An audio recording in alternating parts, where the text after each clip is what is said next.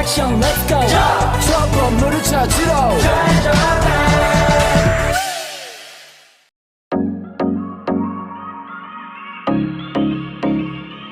Sistem pencernaan merupakan serangkaian jaringan organ yang memiliki fungsi untuk mencerna makanan.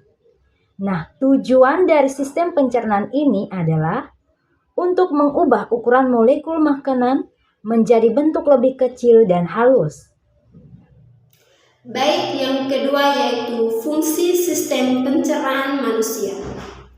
Fungsi utama sistem pencernaan yakni membantu suplai nutrisi ke dalam tubuh yang diperoleh dari asupan makanan dan minuman sehari-hari yang dikonsumsi.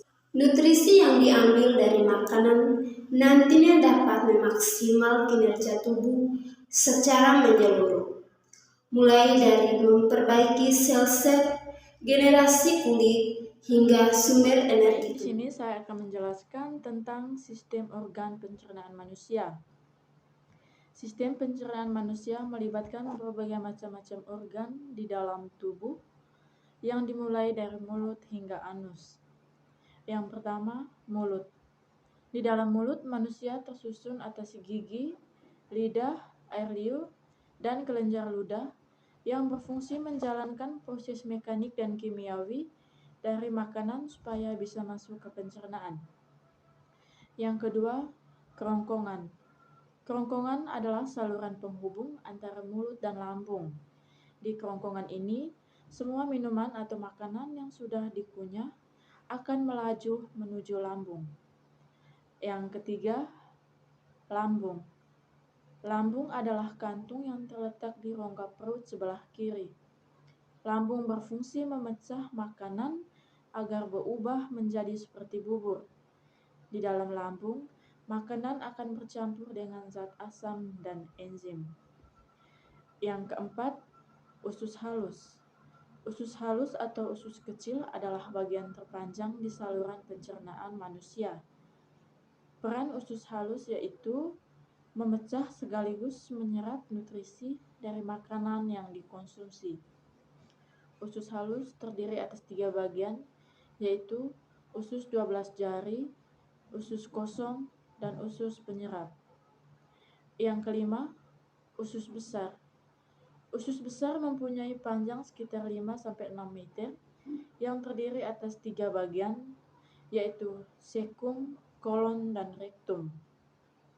Sisa makanan yang tidak diserap di usus halus secara perlahan bergerak menuju usus besar dan menjadi feses. Usus ini adalah bagian terakhir atau ujung dari sistem pencernaan. Yang keenam, rektum. Rektum atau juga disebut poros usus merupakan bagian akhir dari usus besar. Rektum menjadi penghubung antara usus besar dengan anus. Organ ini berguna untuk menampung feses dari usus besar sampai tiba saatnya dikeluarkan tubuh lewat anus. Yang berikut, anus. Anus adalah lubang tempat saluran pencernaan berakhir yang menjadi jalan keluarnya feses dari dalam tubuh. Apabila feses telah siap dibuang, maka otot sphincter akan mengatur pembukaan dan penutupan anus. Sekarang kita mengetahui bagaimana cara kerja sistem pencernaan manusia. Berikut urutan dari cara kerja sistem pencernaan manusia mulai dari mulut sampai berakhir di anus. Yang pertama, manusia mengonsumsi minuman dan makanan, lalu dimasukkan ke dalam mulut untuk dikunyah dan dihancurkan oleh gigi. Yang kedua, setelah selesai dikunyah, makanan tersebut ditelan dan masuk ke dalam kerongkongan dengan gerakan kristalitik, yaitu seperti diremas-remas. Yang ketiga, makanan mulai masuk ke lambung. Di tempat ini, makanan kembali dihaluskan dengan gerakan otot-otot lambung dan diproses secara kimiawi.